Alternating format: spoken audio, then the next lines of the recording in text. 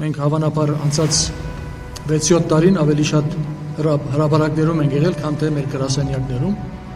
իսկ Արցախի հայաթափումից հետո արդեն շատ ավելի նոր, այսպես ճգնաժամային, ահազանգային վիճակ է ստեղծվել եւ Արցախի մենք ասում ենք ժամանակավոր կորուստից հետո մենք հույս ունեինք, որ շատ ուժեր կհասկանան, որ պետք է հստակ օրակարգի շուրջ պետք է համագործակցել եւ ձերբազատվել գործող թուրքայենթակա իշխանություններից եւ մենք արիտ բաց չենք թողել որևէ նախաձեռնություն, որը տեսել ենք հնարավոր է համախմբումով ժողովրդին համախմբել,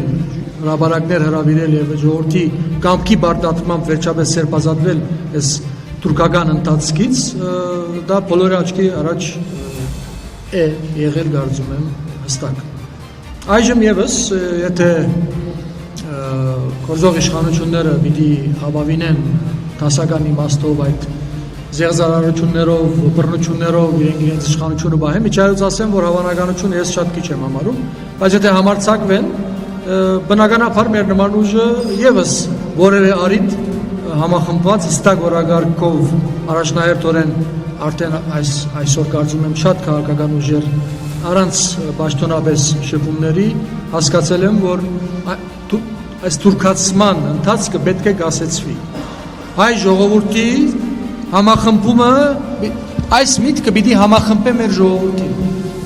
Առաջին հերթին քաղաքական ուժերին եւ մեր ժողովրդին։ Ամեն ինչ պիտի մի կողմ տրվի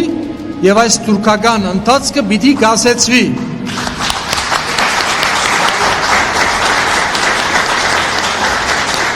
Մենք այդ համախմբման փորձը ամիսներ առաջ սկսել ենք եւ առաջարկել ենք ինչ-որ բանացև, եթե լիներ այդ համախմբումը, այս իշխանությունները մինչև հունիսի 7 չէին դիմանալու, մինչև այդ էր լինելու փոփոխությունը, բայց ինչպես տեսնում եք, դեղի չի ունեցել այդ համախմբումը, ապա ես վստահ եմ այս դեպքում իշխանությունների սխալ, այսպես ասած, եթե հանգած նրանք սխալվեն եւ բռնությամբ փորձեն